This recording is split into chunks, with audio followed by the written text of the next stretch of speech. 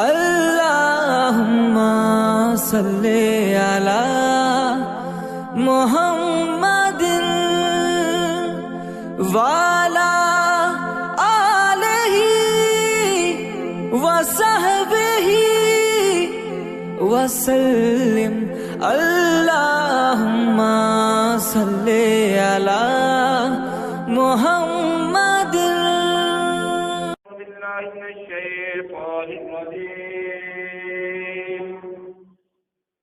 بسم اللہ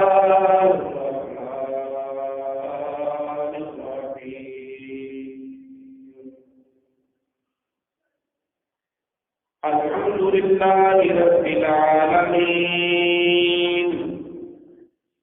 صدق اللہ العلی العظیم وصدق رسولہ النبی الکریم نحن على ذلك من الشاهدين والشاكرين والحمد لله رب العالمين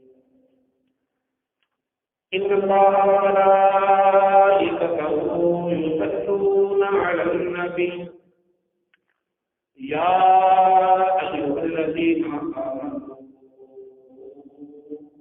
صلوا عليه وسلموا تسليما الصلاة والسلام عليك يا سيدي يا رسول الله وعلى آلك وأصحابك يا حبيب الله الصلاة والسلام عليك يا سيدي يا رسول الله وعلى آلك وأصحابك يا رحمة للعالمين اللهم صل وسلم وبارك على سيدنا ومولانا محمد كريم الآباء والأمهات وعلى آله وأصحابه وأولياء أمته وعلماء ملته وأمته أجمعين عدد كرمك يا كريم يا كريم يا كريم يا كريم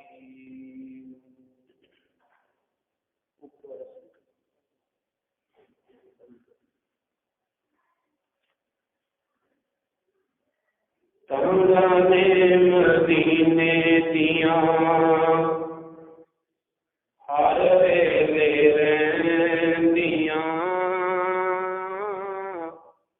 تانگانے مدینے دیاں ہر ویلے رہندیاں اکھیاں حضور تے فراق وچ ویندیاں تانگانے مدینے دیاں ہر ویلے رہندیاں اکھیاں حضور دے فراق وچ ویندیاں ہاتھ جوڑ ہر ویلے منگا اے دعاواں میں رب کرے چھتی چھتی سونے کول جاواں میں ہاتھ جوڑ ہر ویلے منگا اے دعاواں میں رب کرے چھتی چھتی سونے کول جاواں میں ویکھاں روزہ پاک سونا تاں سکاں لیندیاں تانگانے مدینے دیاں ہر ویلے رہندیاں لگی ہوئی تانگ ساں دکھیاں دے سینے نوں لے جائے رب سائیں شہر مدینے نوں لگی ہوئی تانگ ساں دکھیاں دے سینے نوں رب سائیں لے جاوے شہر مدینے نو ایتھے غم وچ رونا اکھیاں نہیں سہندیاں تانگاں نے مدینے دیاں ہر ویلے رہندیاں باج دیدار میری جان ٹکی ہوئی ہے دل وچ چین تے آرام نہیں کوئی ہے باج دیدار میری جان ٹکی ہوئی ہے دل وچ چین تے آرام نہیں کوئی ہے نیر وگان باجوں نیر وگان باجوں اکھیاں نہیں رہندیاں اکھیاں حضور دے فراق وچ ویندیاں تانگاں نے مدینے دیاں ویکھو لوکو کنے بھاگاں والیاں او سیاں نے حج دے مہینے جو مدینے ٹر گئیاں نے دیکھو لوکو کنے پاگاں والیاں سیاں نے حج دے مہینے جو مدینے ٹر گئیاں نے اچے پاگاں والیاں اس راہ پیندیاں تانگاں نے مدینے دیاں ہر ویلے رہندیاں جاگے جے حنیف قسمت میں گناہگار تھی ہو جائے نصیب مینوں دید سرکار دی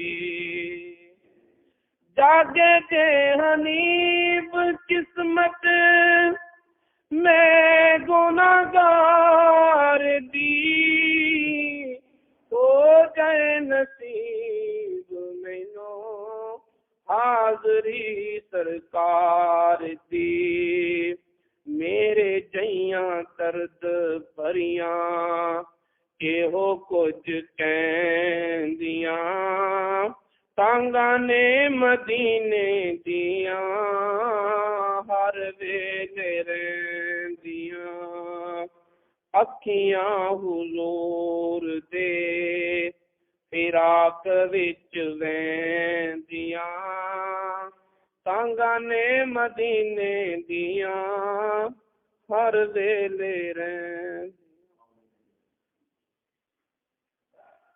اللہ تعالیٰ کی حمد و ثنا کے بعد اللہ تعالیٰ کے پیارے حبیب خدا تاجدار بطوحہ قبلہ کونین سرکار دو عالم نور مجسم حبیب کبریا محمد مصطفیٰ صلی اللہ تعالی علیہ وآلہ وسلم کی پاک بارگاہ بے کس پناہ میں ہدیہ درود و سلام پیش کرنے کے بعد حاضرین محترم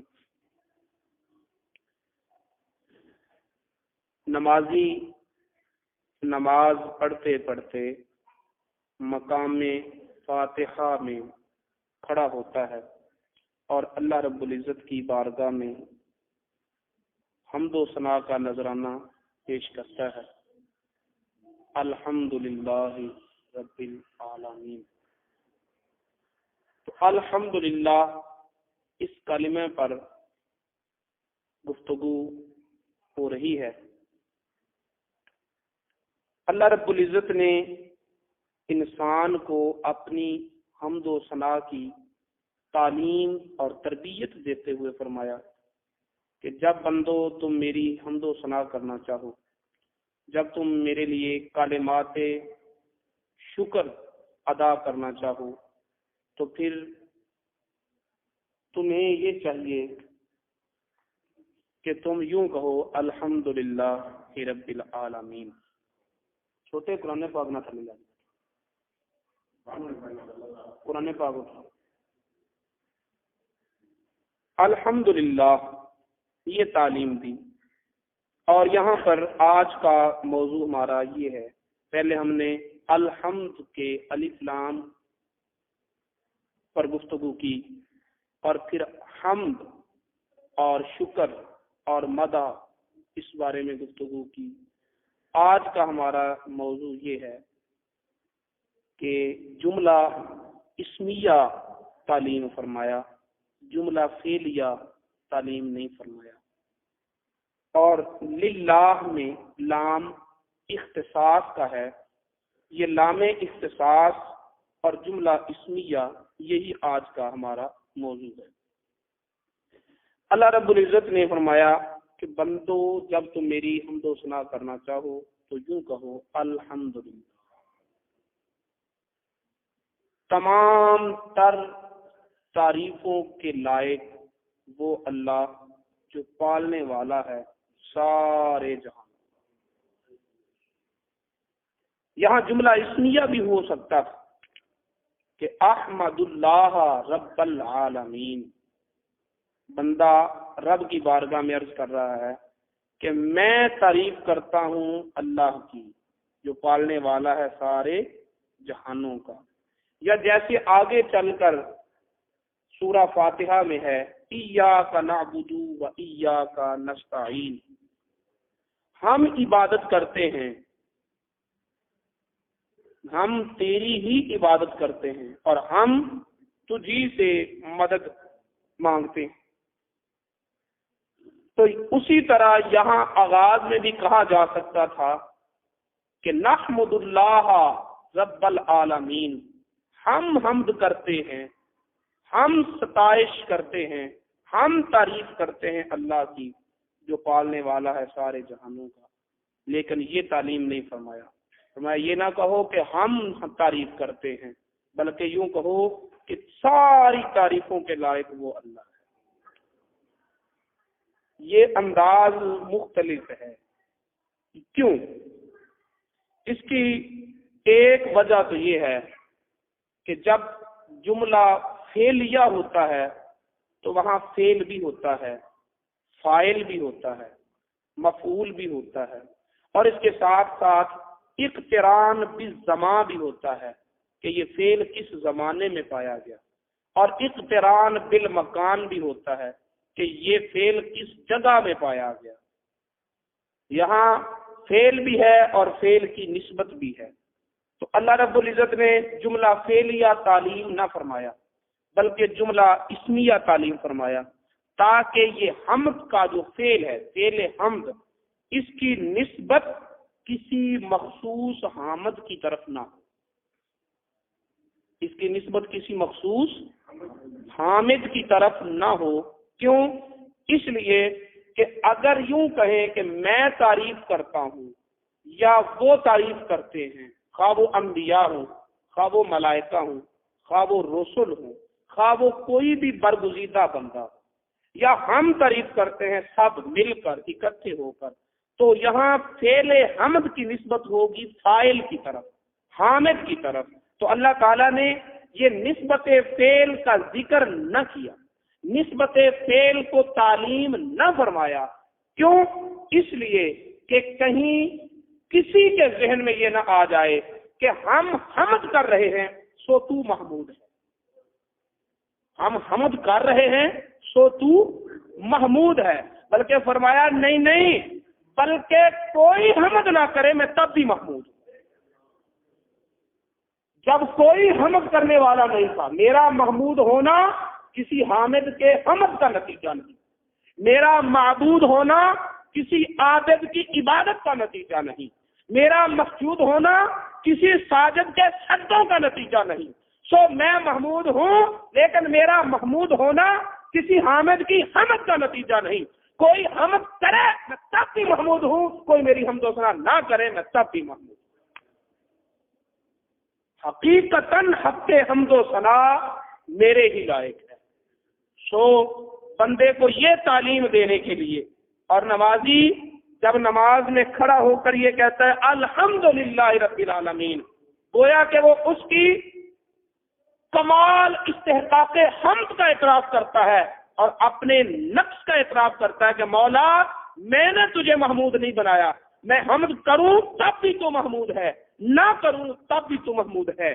نماز کے لیے تیری بارگاہ میں آ گیا ہوں، میں آ گیا ہوں، اب بھی تو اسی طرح خدا ہے۔ اگر میں نہ آتا تو تیری خدائی میں کوئی فرق نہ پڑتا، اگر پڑتا تو میری بندگی میں فرق پڑتا، میری عبدیت میں فرق پڑتا، لیکن تیری الوہیت میں کوئی فرق نہ پڑتا۔ تو اس عقیدے کا اعتراف کرنے کے لیے رب تعالیٰ نے اپنے بندے کو تعلیم دی کہ اے میرے بندے میری بارگاہ میں کھڑے ہو کر کہہ الحمدللہ رب العالمین۔ اور ایک دوسری وجہ بھی ہے، اگر بندہ یہ کہتا کہ میں تعریف کرتا ہوں یا ہم سب مل کر تعریف کرتے ہیں، تو کائنات میں کون ہے جو اس کی حمد و ثنا کا حق ادا کر سکے؟ اس کی حمد و ثنا کا کوئی حق ادا کر سکتا؟ وہ بندہ مقرب، وہ عبد خاص جس کو قرآن نے عبدہ کہا، سبحان الذی اسری بعبدہ، اور علامہ اقبال کہتے ہیں کہ عبد دیگر عبدہ شان دیگر، عبد کوئی اور ہوتا ہے اور جو عبدہ ہوتا ہے وہ کچھ اور ہوتا ہے۔ پھر دونوں میں فرق بتاتے ہوئے ارشاد فرماتے ہیں عبد دیگر عبدہ شان دیگر، ای سراپا انتظار او منتظر۔ جو عبد ہوتا ہے وہ وادی ایمن میں جا کر کوہ طور پہ کھڑا ہو کر آرینی کی صدا لگا کر جلوے کا انتظار کر رہا ہوتا ہے، اور جو عبد ہوتا ہے اس کی طرف جبریل آتا ہے اور عرش اولیٰ پر اس کا انتظار ہو رہا ہوتا ہے۔ عبد وہ ہے جو خود انتظار کرے، اور عبد وہ ہے جس کا انتظار کیا جائے۔ تو جس کا انتظار کیا جائے، جس کو عرش اولیٰ پہ بلایا جائے، جس کے لیے حمد و ثنا کا وہ دروازہ کھولا جائے جو کائنات میں کسی مرد کے لیے، کسی بندے کے لیے نہیں کھولا جائے گا، اور جس کو مقام محمود پر سرفراز کیا جائے، وہ بھی یہی کہے کہ لا احصی ثناء علیک، اے میرے رب میں نے تیری حمد و ثنا کا حق ادا نہیں کیا، میں تیری حمد و ثنا کا حق ادا۔ تو پھر کائنات میں کون فرد ہے جو اس کی حمد و ثنا کا حق ادا کرے؟ تو کوئی حق ادا نہیں کر سکتا تھا، اس لیے فعلیہ جملہ لا کر فعل حمد کی نسبت کسی مخصوص حامد کی طرف نہیں کی، مطلق چھوڑ دیا۔ نہ یوں کہو کہ میں حمد کرتا ہوں، نہ یوں کہو کہ ہم حمد کرتے ہیں، نہ یوں کہو کہ تیرے وہ برگزیدہ بندے حمد کرتے ہیں، بلکہ یوں کہو کہ مولا جو جہاں بھی حمد کرتا ہے ساری حمدوں کے لائق تیری ہی ذات ہے۔ جو جہاں بھی حمد کرتا ہے ساری حمدوں کے لائق تیری ذات ہے۔ اور تیسری وجہ یہ ہے کہ اگر نمازی نماز پڑھتے ہوئے کہتا میں تیری حمد کرتا، احمد اللہ، میں تیری حمد کرتا ہوں، تو یہ اپنی انا کا اور اپنے وجود کا دعویٰ، یہ کمال حمد کی بارگاہ میں سوء ادب ہوتا، یہ اس بارگاہ میں بے ادبی ہوتی کہ میں تیری حمد کر رہا ہوں، جس بارگاہ میں کا کوئی وجود ہی نہیں ہے۔ اس بارگاہ میں جا کر تو یہ چاہیے کہ میں رہے ہی نہیں، بس تو ہو، بس تو ہو، کیونکہ میں ہی تو بہت بڑا حجاب ہے۔ بعض اللہ والوں سے پوچھا گیا کہ رب کو پانے کتنا آسان ہے کتنا مشکل ہے؟ انہوں نے جواب دیا کہ بندے سے خدا تک کا فاصلہ 2 قدم ہے. بندے سے خدا تک کا فاصلہ 2 قدم ہے. علامہ اقبال نے بھی اس نقطے کی طرف اشارہ کیا تھا. اگر کوئی شعیب آئے میسر، شیبانی سے کلیمی 2 قدم ہے. کہاں بکریاں چرانا، کہاں ہم خدا سے ہم کلام ہوں. اگر کوئی شعیب میسر آ جائے، کوئی رہنما مل جائے، اگر کوئی رہبر مل جائے، تو پھر شیبانی سے کلیمی 2 قدم ہے. پوچھا 2 قدم سے کیا مراد ہے؟ تو وضاحت کرتے ہوئے فرمایا پہلا قدم اپنی نفس میں رکھو، پہلا قدم اپنی نفس کی خواہشات میں رکھو، دوسرا قدم تمہارا خدا کے عرش پر ہوگا. پہلا قدم اپنی ذات پہ رکھو، خود کو مٹا دو، خود کو مٹا دو تو دوسرا قدم خدا کے عرش پر ہوگا. تو یہ نماز بندے کو خدا کے قریب کرنے کے لیے ہے. یہ میں اور تو کی تقسیم نہیں سکھاتی، بلکہ یہ میں کو مٹا دینے کی تعلیم دیتی ہے. جیسے حضرت موسیٰ علیہ السلام نے کہا تھا کہ رب ارنی انظر الیک، مولا مجھے اپنا آپ دکھا، میں تیرا دیدار کروں. رب تعالیٰ نے فرمایا لن ترانی، اے موسیٰ علیہ السلام تو نہیں دیکھ سکتا. تو یہاں صوفیاء کرام نے ایک نقطہ یہ بھی ذکر کیا کہ حضرت موسیٰ علیہ السلام کے طلب میں مقام نفس باقی تھا. رب آرنی، اے رب مجھے دکھا، انظر الیک، میں دیکھوں تجھے. تو رب تعالیٰ نے فرمایا لن ترانی، اے موسیٰ جب تک میں ہوں اور تو ہے نہیں دیکھ سکتا. جب تک میں ہوں اور تو ہے نہیں دیکھ سکتا. جب میں اور تو کا جھگڑا ختم ہو جائے گا پھر دیکھ لے. جب میں اور تو کا جھگڑا ختم ہو جائے گا پھر دیکھ لے گا. اور پھر یہ روایت القول البدی میں بھی ہے، سعادت الدارین میں بھی ہے، جذب القلوب میں بھی ہے. علامہ عبدالحق محدث دہلوی نے ذکر کی کہ اللہ رب العزت نے حضرت موسیٰ علیہ السلام کی طرف وحی فرمائی، اے موسیٰ علیہ السلام کیا تو پسند کرتا ہے کہ میں تجھے اتنا اپنے قریب کر لوں جیسے تیرا کلام تیری زبان کے قریب ہے، جیسے تیری آنکھوں کی بینائی تیری آنکھوں کے قریب ہے. اور ایک وضاحت میں روایت میں وضاحت یوں بھی ملتی ہے کہ جیسے پھول کی خوشبو پھول کے قریب ہے. کیا میں تجھے اتنا قریب کر لوں؟ تو حضرت موسیٰ علیہ السلام نے عرض کی مولا چاہتا ہوں کہ تو مجھے اتنا ہی قریب کر لے. فرمایا اگر میرے اتنا قریب ہونا چاہتے ہو تو پھر میرے محبوب پر درود پڑھا کرو. یہی وہ قربت کا مقام ہے جہاں میں اور تو ختم ہوتے، جہاں من و تو کے جھگڑے ختم ہوتے ہیں، یہی وہ مقام ہے. اور نبیوں سے بھی کہا جا رہا ہے کہ اے پیارے کلیم، اگر میری قربتوں میں گم ہو کر من و تو کے جھگڑے کو ختم کرنا چاہتے ہو، اگر تم میری قربتوں میں گم ہو کر میرے دیدار کی لذتوں سے اپنے روح کو سرشار کرنا چاہتے ہو، تو پھر ایک ہی دروازہ ہے جہاں اس مرض کی دوا مل سکتی ہے، جہاں ان دوریوں کو قربتوں میں بدلا جا سکتا ہے، جہاں ان مسافتوں کو قربتوں میں تبدیل کیا جا سکتا ہے. اور وہ دروازہ فقط میرے مصطفیٰ تک ہے.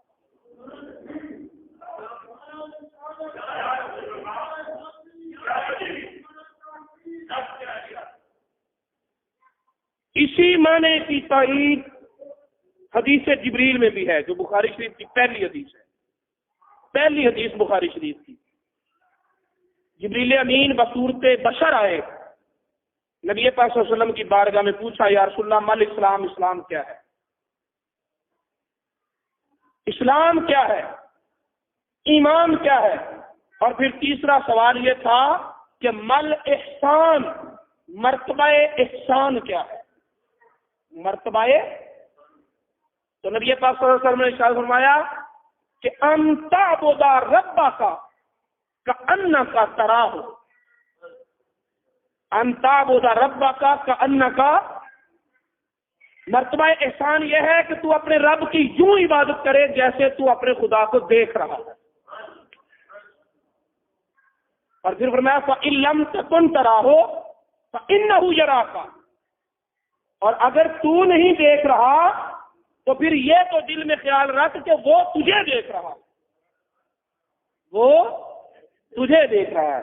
اب اس حدیث مبارکہ کے ان الفاظ پر صوفیہ کرام نے مزید کہا، فرماتے ہیں کہ پہلے نبی پاک صلی اللہ علیہ وسلم نے فرمایا کہ ان تعبد ربک کأنک تراہ، اپنے رب کی یوں عبادت کر جیسے تو اسے دیکھ رہا ہو۔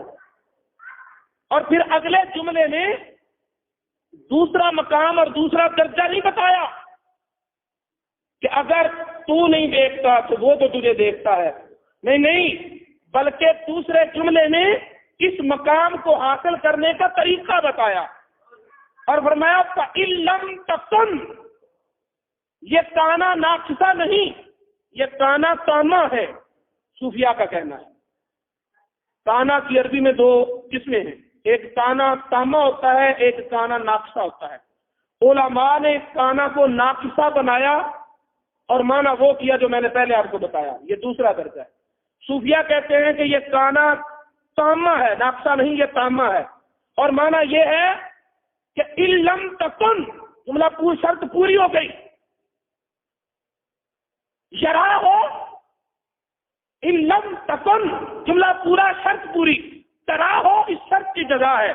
فرمایا اِن لَّم تَكُن، اور عبادت کرنے والے اور سالک، تیرے دل میں اگر یہ خیال ہو کہ میں ناقص ادنا بندہ اپنے خدا کو کیسے دیکھ سکتا ہوں، تو سن لے اِن لَّم تَكُن، جب تو نہ ہوگا ترا ہو اسے دیکھ لے گا، جب تو نہ ہوگا، جب تو نہ ہوگا بلکہ تو بھی اس کی ذات میں فنا ہو چکا ہوگا، ترا ہو پھر تو اسے دیکھ لے گا، پھر تو اسے دیکھ لے گا۔ تو یہ منو تو کا فاصلہ ختم کرنے کے لیے، فاصلہ ختم کرنے کے لیے، چونکہ فرمایا کملی والے محبوب نے کیا صلاۃ معراج المومنین، نماز مومنوں کی معراج ہے، اور معراج میں دیدار یار ہوتا ہے، معراج میں دیدار یار ہوتا ہے۔ اسی لیے اگر کہا جاتا کہ احمد اللہ، میں اللہ کی حمد کرتا ہوں، تو پھر میں اور تو کا فاصلہ آ جاتا، پھر یہ میں اور تو کا فاصلہ دیدار میں رکاوٹ بن جاتا۔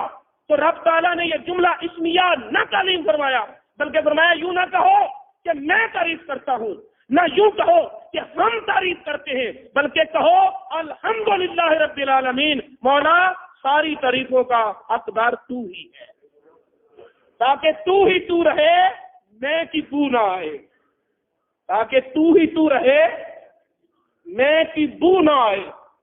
تو ان فاصلوں کو ختم کرنے کے لیے اور اس معراج کو حاصل کرنے کے لیے فرمایا کہ الحمدللہ کہو، جملہ اسمیہ، جملہ فعلیہ نہ کہو۔ اور ایک تیسری وجہ یہ بھی ہے کہ اگر یہ جملہ اسمیہ ہوتا کہ میں تیری تعریف کرتا ہوں، میں تعریف کرتا ہوں اللہ کی، تو پھر سختی زیادہ آ جاتی۔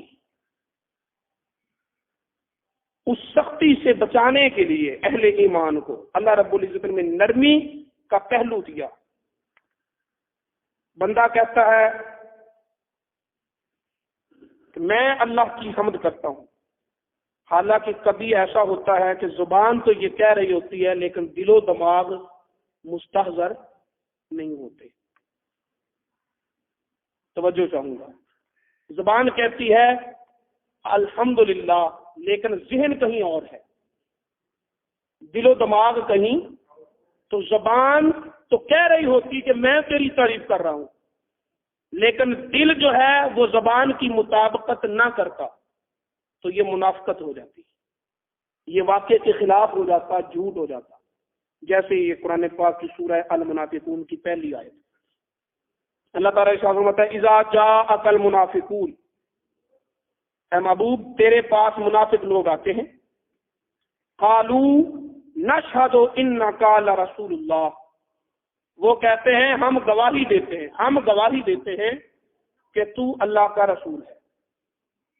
اللہ تعالیٰ فرماتا ہے واللہ یعلم انک لرسولہ، اے محبوب اللہ جانتا ہے کہ تو میرا رسول ہے، اللہ جانتا ہے کہ تو میرا رسول ہے۔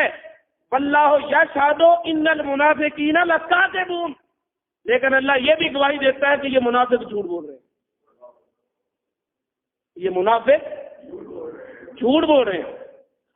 رب تعالیٰ جانتا ہے کہ تو اللہ کا رسول ہے، منافق بھی تو یہی کہہ رہے ہیں کہ تو اللہ کا رسول ہے، لیکن خدا کہتا ہے کہ اے محبوب یہ لوگ جھوٹے ہیں۔ یہ جھوٹے کیوں ہیں؟ جھوٹے اس لیے ہیں کہ ان کی زبان تو کہہ رہی ہے لیکن دل نہیں کہہ رہا، ان کی زبان تو کہہ رہی ہے لیکن دل نہیں کہہ رہا۔ تو زبان کہہ رہی ہے کہ تو اللہ کا رسول ہے، لیکن دل نہیں کہہ رہا کہ تو اللہ کا رسول ہے، تو زبان اور دل کی مطابقت نہ ہونے کی وجہ سے یہ لوگ جھوٹے ہیں۔ علامہ اقبال نے کہا تھا یہی رہا ہے ازل سے قلندروں کا طریق، ہزار خوف ہو لیکن زباں ہو دل کی رفیق، ہزار خوف لیکن زباں ہو دل کی رفیق، جو دل کہہ رہا ہے وہ زبان کرے، جو زبان کہہ رہی ہے وہیں پہ دل ہو۔ ازل یہی رہا ہے ازل سے قلندروں کا طریق، قلندروں کا طریق یہی ہے کہ یہ زبان و دل کی مخالفت نہیں کرتے، زبان و دل میں مطابقت رکھتے ہیں۔ تو انہوں نے زبان سے کہا، دل نے نہ کہا، تو فرمایا کہ محبوب یہ جھوٹے ہیں۔ اسی طرح اگر نمازی یہ کہتا کہ میں اللہ کی حمد کرتا ہوں اور دل نہ کہہ رہا ہوتا، یا دل غفلت میں ہوتا، یا دل دنیا کے خیالات میں ہوتا، تو پھر اللہ کی بارگاہ میں کھڑے ہو کر یہ دعویٰ جھوٹ ہوتا۔ یہ زبان و دل کی مخالفت بندے کو ارتداد کی طرف لے جاتی، دوریوں کی طرف لے جاتی کہ بندے تو زبان سے کیا کہہ رہا ہے، حالانکہ میں تیرے دل کو دیکھ رہا ہوں، حالانکہ میں تیرے دل کو دیکھ رہا ہوں۔ تو اللہ تعالیٰ نے اپنے محبوب کے امت کے لیے آسانیوں کا دروازہ کھولتے ہوئے فرمایا کہ میرے نبی کی امت یوں نہ کہو کہ میں حمد کر رہا ہوں، کہو کہ مولا میرا دل حاضر ہو یا نہ ہو، میری زبان و دل میں مطابقت ہو یا نہ ہو، بلکہ تو ہر جگہ آمد کا محمود تو ہی ہے، ہر حمد و ثنا کا حقدار تو ہی ہے۔ اے اللہ تو حمد و ثنا کا حقدار ہے، میں کر پاؤں یا نہ کر پاؤں، تو حمد و ثنا کا حقدار ہے۔ اور ایک وجہ اس کی یہ بھی ہے کہ اگر جملہ فعلیہ ہوتا تو جملہ فعلیہ تو مقترن بالزمان ہوتا ہے نا، جملہ فعلیہ یا ماضی ہے یا حال ہے یا مستقبل ہے، کسی نہ کسی زمانے کے ساتھ جڑا ہوتا ہے۔ کیوں؟ اس لیے کہ فعل کرنے والے جو ہیں وہ حادث ہیں، ان کا فعل بھی حادث ہوگا۔ جو حادث ہے وہ مقترن بالزمان مقترن بالمکان ہوتا ہے، کسی نہ کسی جگہ پہ ہوگا، کسی نہ کسی زمانے میں ہوگا۔ جبکہ اللہ تعالیٰ حقدار حمد و ثنا ہے لیکن کسی زمانے کی قید کے بغیر، کوئی زمانہ ہو یا نہ ہو، کوئی مکان ہو یا نہ ہو، ہر زمانے میں ہر مکان میں، بلکہ زمان و مکان کی تخلیق سے پہلے بھی وہ حقدار حمد تھا۔ زمان و مکان جب قیامت کا شکار ہو چکا ہوگا تب بھی وہ حقدار حمد و ثنا ہوگا۔ اس کا محمود ہونا کسی زمان و مکان کی وسعت میں نہیں آتا۔ قرآن پاک میں اللہ تعالیٰ ارشاد فرماتا ہے لہ الحمد فی الاولی والآخرہ، وہی حقدار حمد و ثنا ہے دنیا میں جبکہ ماضی، مضارع، حال، مستقبل یہ زمانے ہیں. وفی الآخرہ، اور آخرت کی دنیا جہاں کوئی زمانے کا کام نہیں، جہاں نہ سورج طلوع ہوتا ہے نہ غروب ہوتا ہے، جہاں نہ چاند کی منزلیں ہیں، جہاں نہ دن کے اوقات ہیں، جہاں نہ رات کی تاریکیاں ہیں، جہاں یہ زمانے اور مکان کا کوئی تصور نہیں، اس جہان میں بھی حقدار حمد و ثنا اسی کی ذات ہے. لہ الحمد فی الاولی والآخرہ، اسی کی حمد و ثنا ہے دنیا میں بھی اور آخرت میں بھی. وَلَهُ الْحُكْمُ وَإِلَيْهِ تُرْجَعُونَ، اسی کی حکمرانی ہے، اسی کی طرف تم نے لوٹ کر جانا ہے. اسی طرح سورہ روم میں اللہ تعالیٰ ارشاد فرماتا ہے وَلَهُ الْحَمْدُ فِي السَّمَاوَاتِ وَالْأَرْضِ، وہی حقدار حمد و ثنا ہے آسمانوں میں اور وہی حقدار حمد و ثنا ہے زمینوں میں. وَعَشِيًّا وَحِينَ تُظْهِرُونَ، رات ہوتی ہے تو راتوں کی تاریکیوں میں بھی حمد و ثنا کا حقدار وہی ہے. تظہرون، جب دن چڑھتا ہے تو دن کے اجالے میں بھی حقدار حمد و ثنا اسی کی ذات ہے، اسی کی ذات حقدار حمد و ثنا ہے. اور اب زمان و مکان سے اس کی حمد و ثنا کس طرح ماورا ہے، اس کا تصور دینے کے لیے یہ سورہ الزمر کی آیت نمبر 75 ہے. زمین بیضوی شکل میں گول ہے اور زمین سے اوپر آسمان ہے. آسمان نے زمین کو ساری جہات سے گھیر رکھا ہے. جیسے ایک چھوٹے دائرے کے اوپر بڑا دائرہ ہو تو دائرہ جس طرح بڑا دائرہ چھوٹے دائرے کے لیے محیط ہوتا ہے، اسی طرح آسمان زمین کے لیے محیط ہے. اسی طرح آسمان زمین کے لیے، یعنی مطلب یہ ہے کہ اگر تم فضا میں اوپر کی طرف سفر شروع کر دو تو تمہارے سفر کی انتہا آسمان پر ہوگی، اور اگر زمین کی گہرائیوں میں سفر شروع کر دو تو بھی تمہارے سفر کی انتہا آسمان ہی ہوگا. ہر طرف سے آسمان نے زمین کو گھیر رکھا، اور دوسرے آسمان نے پہلے آسمان کو، تیسرے نے دوسرے کو، چوتھے نے تیسرے کو، پانچویں نے چوتھے کو، چھٹے نے پانچویں کو، ساتویں نے چھٹے کو، اور جو کرسی ہے اس نے ساتوں آسمانوں کو اپنی لپیٹ میں لے رکھا. اور جو اللہ کا عرش ہے اس نے ساری کائنات کا احاطہ کر رکھا ہے. اس نے، اسی لیے شیخ سعدی رحمۃ اللہ علیہ فرماتے تھے کہ 9 فلک، 9 افلاک، حالانکہ ہم کہتے ہیں 7 افلاک، 7 آسمان، لیکن شیخ سعدی نے کہا 9 فلک، 9 آسمان. 9 افلاک کون سے؟ 7 آسمان، 8ویں کرسی اور 9واں عرش، جس نے اللہ نے سارے کائنات کا احاطہ کر رکھا ہے. اس کو فلک الافلاق بھی کہتے ہیں، اس کو فلک الافلاق بھی کہتے ہیں. اب یہ عرش کا تصور آپ کو دے دیا تاکہ آیت کا معنی سمجھنا آسان ہو جائے. رب تعالیٰ فرماتا ہے وَتَرَى الْمَلَائِكَةَ، اے معبود تو دیکھتا ہے ان فرشتوں کو، حافین من حول العرش، جنہوں نے اللہ کے عرش کو گھیر رکھا ہے. عرش وہ ہے جس نے پوری کائنات کو گھیر رکھا ہے ہر طرف سے، اور فرشتے وہ ہیں کہ جنہوں نے اللہ کے عرش کے ارد گرد پھیلے ہوئے، اللہ کے عرش کے ارد گرد طواف میں مصروف ہیں. انہوں نے اللہ کے عرش کو یوں اپنے احاطے میں، اپنے دائرے میں لے رکھا ہے جس طرح کعبے کا طواف کرنے کا والے کعبے کو گھیر رہے ہوئے ہوتے ہیں. جیسے کعبے کا طواف کرنے والے کعبے کے گرد طواف کرتے رہتے ہیں اور کوئی جگہ خالی نہیں ہوتی، ہر جگہ پر طواف کرنے والے طواف کر رہے ہیں. اسی طرح وہ فرشتے ہیں، ان کی اتنی تعداد ہے کہ اتنا بڑا خدا کا عرش جس نے ساری کائنات کو اپنی لپیٹ میں لے رکھا ہے، اور کوئی جگہ خالی نہیں جس جگہ پر فرشتے نہ ہوں. فرشتے اس عرش کے طواف میں مصروف. بات سمجھ آ رہی؟ اب بات تو آگے چلائیں گے، لیکن یہاں اتنی بات تو سمجھ لیں کہ رب تعالیٰ فرماتا ہے محبوب میرے عرش کی بلندی اور عظمت کہ ساری کائنات کو اپنی لپیٹ میں لیا ہے، اور میرے فرشتوں کی تعداد کہ انہوں نے عرش کو بھی گھیر رکھا ہے، اور میرے محبوب تیری نگاہوں پر قربان کہ تو ان سارے فرشتوں کو دیکھ رہا ہے، تو ان سارے فرشتوں کو اگر بات آسانی سے سمجھ نہیں آئی تو پھر میں آپ کو ایک مثال دیتا ہوں۔ مسجد ہے، اس کے 4 طرفیں ہیں، یہ ایک مکان ہے، اس کی 4 اطراف ہیں۔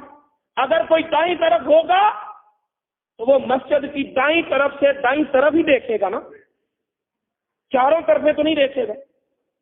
اگر کوئی بائیں طرف ہے تو وہ اپنی بائیں طرف ہی دیکھے گا نا، باقی 3 طرفوں کو تو۔ اگر وہ مشرق کی طرف ہے تو مشرق کی طرف دیکھے گا، اگر وہ مغربی طرف ہے تو مغربی طرف دیکھے گا۔ لیکن اگر کوئی مسجد کی ان 4 طرفوں کو یک وقت دیکھنا پڑے چاہے تو پھر وہ اس سطح پر رہ کر نہیں دیکھے گا، پھر وہ اس سطح سے اوپر جائے گا، پھر وہ مسجد کی بلندی سے اوپر جائے گا اور اوپر سے دیکھے گا تو اس کو 4 طرف ہی نظر آئیں گے، پھر اس کو 4 طرفیں نظر آئیں گی۔ رب تعالیٰ محبوب کو فرماتا ہے وَتَرَى الْمَلَائِكَةَ حَافِّينَ حَوْلَ الْعَرْشِ، اے میرے محبوب تو ان سارے فرشتوں کو دیکھ رہا ہے جنہوں نے سارے عرش کو گھیر رکھا ہے۔ جانو کہ میرے محبوب کا مقام کیا ہے، عرش کو بھی اور عرش کے ارد گرد سارے فرشتوں کو بھی دیکھ رہا ہے۔ پتہ چلا کہ عرش جس نے رب کی ساری کائنات کا احاطہ کیا ہے وہ حقیقت مصطفیٰ کا احاطہ نہیں کر سکتا۔ مصطفیٰ کی حقیقتیں عرش سے بھی کئی گنا آگے ہیں، تبھی تو کہا تھا کہ فکانا کعبہ قوسین او ادنی، محبوب کو میرے اتنا قریب ہے کہ عرش کی عقل دنگ ہے، چرخ میں آسمان ہے، جانے مراد اب کدھر ہے تیرا مکان ہے۔ ہم تو یہی سمجھتے ہیں وہ عرش پر گئے، لیکن اعلیٰ حضرت فرماتے ہیں کہ عرش سے تو پوچھو، عرش بھی یہی کہہ رہا ہے کہ میرے اوپر ایک قدم ان کا مجھ پر تھا، پھر میں بھی حیران تھا کہ محبوب گیا کدھر ہے، محبوب گیا کدھر ہے۔ ہم کہتے ہیں وہ عرش کے مہمان بنے، اور عرش کی عقل دنگ ہے، چرخ میں آسمان ہے، جانے مراد اب کدھر ہے تیرا مکان ہے، نہ جانے کہ مقام مصطفیٰ کہاں ہے۔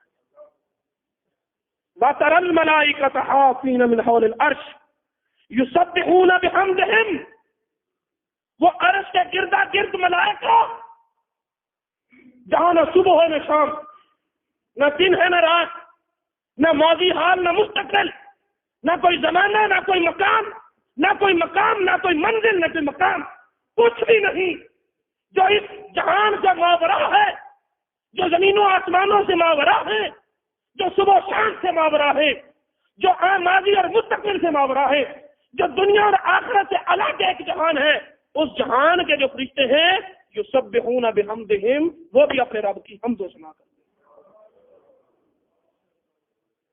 وقضی بینہم بالحق، پھر ساری کائنات والوں کے درمیان حق کے ساتھ فیصلہ ہوگا، حساب و کتاب ہوگا، اور بالآخر جس جملے پر بات ختم ہوگی وہ جملہ کیا ہوگا؟ وقیل الحمدللہ رب العالمین۔ کائنات بنی، بسی، حساب و کتاب ہوا، اور آخر کار جس بات پر بات ختم ہوئی وہ یہی ہے الحمدللہ رب العالمین۔ نمازی نماز میں پڑھتے ہوئے یہی کہہ رہا ہوتا ہے الحمدللہ رب العالمین۔ کہ نمازی تاکہ تیرا یہ قیام، تیری یہ عبادت، تیری یہ نیازمندی، تیری یہ عاجزی، تیری یہ انکساری، تیرا یہ مضطرب ہو کر میری بارگاہ میں آنا، تیرا یہ کلمات حمد و ثنا کرنا، تیرا یا میرے حامدین کے اندر اپنا نام درج کروانا، اے نمازی کسی احساس کمتری کا شکار نہ ہونا، اس وقت تیری زبان پر وہی ہے جو عرش کے گردا گرد ملائکہ کی زبانوں پر ہے۔ نمازی اپنی قسمت میں ناز کر، کھڑا تو زمین پر ہے لیکن وہ اللہ کے گردا گرد جو عرش کے گرد جو ملائکہ ہیں ان کا ہم زبان بن چکا ہے، ان کا ہم زبان بن چکا ہے۔ وہ بھی کہہ رہے ہیں الحمدللہ رب العالمین، اور نمازی بھی کہہ رہا ہے الحمدللہ رب العالمین۔